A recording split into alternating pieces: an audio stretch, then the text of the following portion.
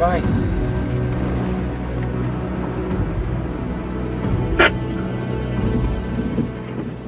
Gaza में एक तरफ युद्ध विराम की चर्चा हो रही है तो दूसरी तरफ इजरायली सेना जबरदस्त हमले कर रही है।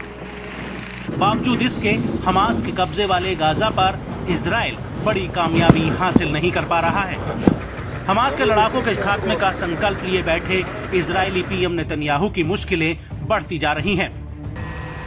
ऐसा दावा किया जा रहा है कि गाजा में कई ईरानी प्रॉक्सी के लड़ाके पहुंच गए हैं जो इजराइल के लिए बहुत बड़ा खतरा बन चुके हैं। अलग अलग चरमपंथी संगठनों के ये खूंखार लड़ाके हमास की मदद कर रहे हैं। दावा तो ये भी किया जा रहा है कि हमास लड़ाकों ने फिर से टनल नेटवर्क ठीक कर लिया है। जिन सुरंगों के जरिए हमास ने इजराइल को बीते 7 अक्टूबर को दहलाया था वो एक बार फिर से एक्टिव हो गए हैं। माना जा रहा है कि हमास फिर से इजराइल पर बड़ा हमला करने की फिराक में है। हमास का दावा है कि उसने 100 से ज्यादा सुरंगों को ठीक किया है और वहीं से हमले किए जा रहे हैं। इजराइल के रिहायशी इलाकों पर रॉकेट दागे जा रहे हैं। हमास लड़ाकों ने आईडीएफ के टैंक और आर्मर्ड व्हीकल को भी निशाना बनाया है। बताया जा रहा है कि लेबनान का हिजबुल्लाह आतंकी संगठन भी अब हमास को सीधा समर्थन करने लगा है। अब तक इजराइल पर बॉर्डर से बमबारी करने वाले हिजबुल्लाह लड़ाके अब गाजा की सरजमी पर उतर आए हैं। आईडीएफ ने दावा किया है कि हिजबुल्लाह ने इमाम हुसैन नाम की ब्रिगेड को गाजा में भेजा है जिसके लड़ाके सीरिया में सक्रिय थे। इमाम हुसैन ब्रिगेड के लड़ाके अब इजराइल पर रॉकेट दाग रहे हैं जिन्हें स्पेशल ट्रेनिंग देकर भेजा गया है।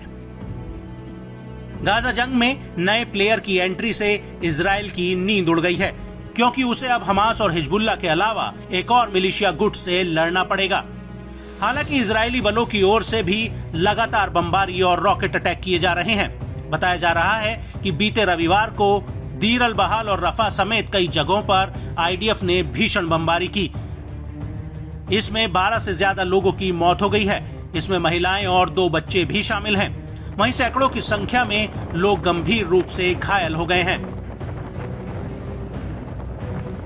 लगातार हो रहे हमलों की वजह से हालात ऐसे हो गए हैं कि अल अक्सा अस्पताल के बाहर लाशों का अंबार लग गया है। गाजा में इजरायली हमले को 5 महीने पूरे होने वाले हैं। इस दौरान हमास और इजराइल के बीच युद्ध विराम को लेकर काहिरा में बैठक भी हुई है, मगर इजरायली सेना की ओर से लगातार गाजा में बम वर्षा जारी है। इजरायली बल आसमान के साथ साथ जमीन से भी गाजा में कहर बरपा रहे हैं। रिहायशी इमारतों समेत हमास के ठिकानों को निशाना बनाया जा रहा है।